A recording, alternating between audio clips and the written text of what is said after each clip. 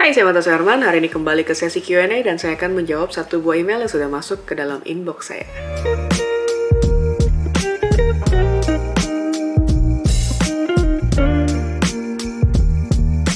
Makasih banyak buat teman-teman yang udah kirim email ke martasuherman@gmail.com. Hari ini saya akan memilih satu buah email untuk dibahas.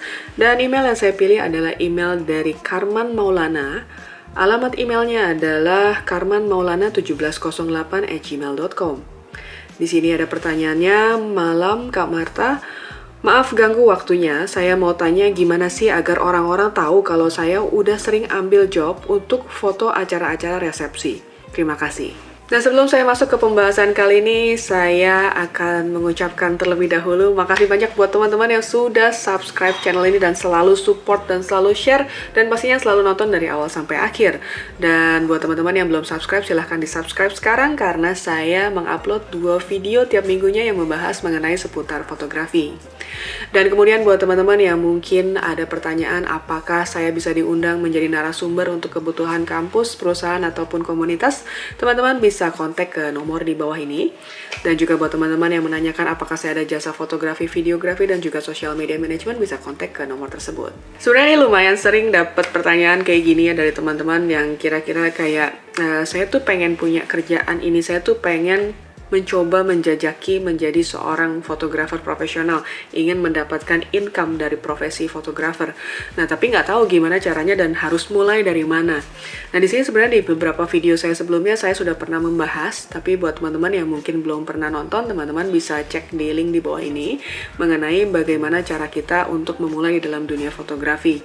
Dan kali ini saya akan coba bahas lagi buat teman-teman sekalian yang mungkin supaya di tahun baru 2022 ini bisa mendapat suatu pencerahan tentang bagaimana memulai bisnis di industri ini, lalu bagaimana caranya kita menjadi seorang fotografer profesional di tahun baru ini. Yang pertama, buat teman-teman yang ingin memulai jasa untuk genre fotografi tertentu, misalkan di sini kalau saya lihat kan lebih passionnya ke wedding fotografi ya, dimana kita ingin kasih tahu orang bagaimana caranya supaya orang tahu gitu kita udah menjalankan profesi ini.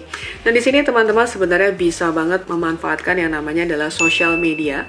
Nah, di sini Instagram, Facebook, TikTok ataupun YouTube. Nah, teman-teman bisa bercerita banyak tentang pekerjaan yang kita jalani. Jadi coba buat satu account Instagram yang paling bagus. Jadi artinya di sini adalah bagus dalam arti kata kita harus juga memikirkan logonya seperti apa, kontak personnya seperti apa, kemudian visual apa yang harus kita tampilkan. Jadi jangan dibuat asal-asalan karena itu akan menjadi citra pekerjaan kamu yang akan kamu jual kepada konsumen. Sosial media menjadi satu hal yang paling penting dan juga paling gampang untuk dilakukan karena kalau zaman dulu mungkin kita masih harus memiliki situs resmi ya, website resmi, dan kita biasanya harus berlangganan dan kadang-kadang juga nggak tahu, belum tentu orang visit ke kita punya website. Tapi zaman sekarang ini karena sosial media itu hampir bisa dibilang dibuka setiap hari, otomatis kita bisa menyampaikan informasi ke banyak orang bahwa ini loh jasa yang saya jalankan dan ini loh skill yang saya miliki sehingga kamu bisa meng-hire saya pada saat kamu membutuhkan jasa tersebut. Nah, itu step pertamanya, coba buat satu buah account Instagram yang memang representatif untuk jasa yang akan kamu lakukan.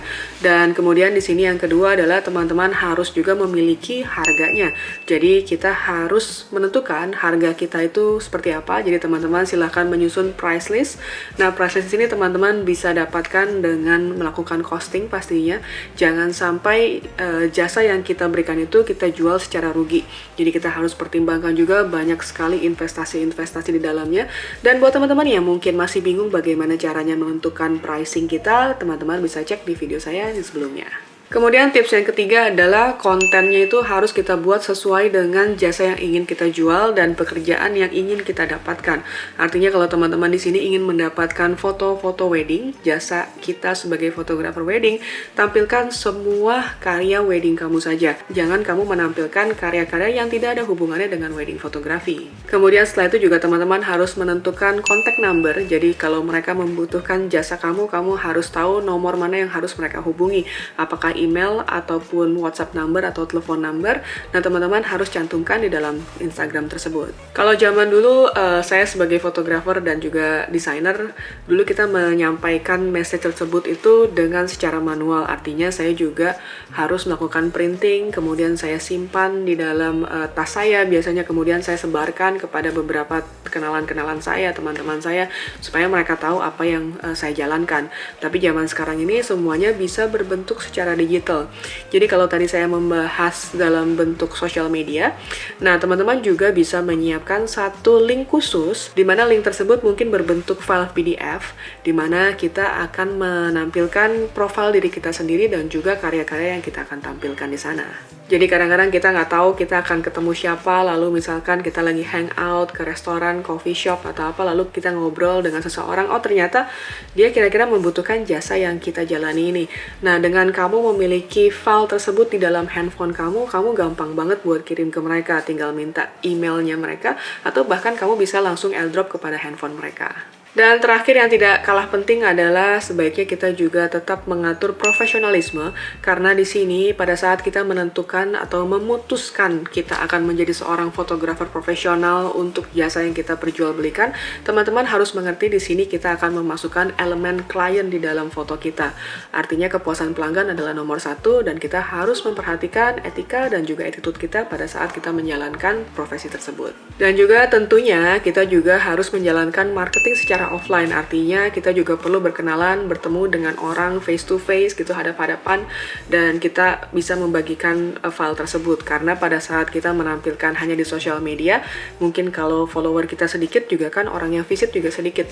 Artinya di sini juga kita akan butuh mungkin memasang ads untuk boosting, dan juga mungkin kita juga harus bertemu dengan seseorang dan approaching langsung terhadap orang tersebut. Nah, demikian tips saya kali ini. Mudah-mudahan di tahun baru 2022 teman-teman bisa langsung menjadi seorang fotografer profesional dengan tips-tips yang saya bagikan. Dan di sini harap diingat bahwa kita menjalankan bisnis sebagai profesional fotografer itu pastinya membutuhkan proses. Jadi dinikmati prosesnya dan mudah-mudahan berbuah hasil yang manis. So, thank you for watching. Jangan lupa like, comment, subscribe, dan juga share. Dan buat teman-teman yang ada pertanyaan, silahkan tulis di kolom komentar di bawah ini. Dan juga kalau ada fotonya yang ingin dibedah, bisa langsung email ke martasuherman@gmail.com. So, see you on the next video. Bye!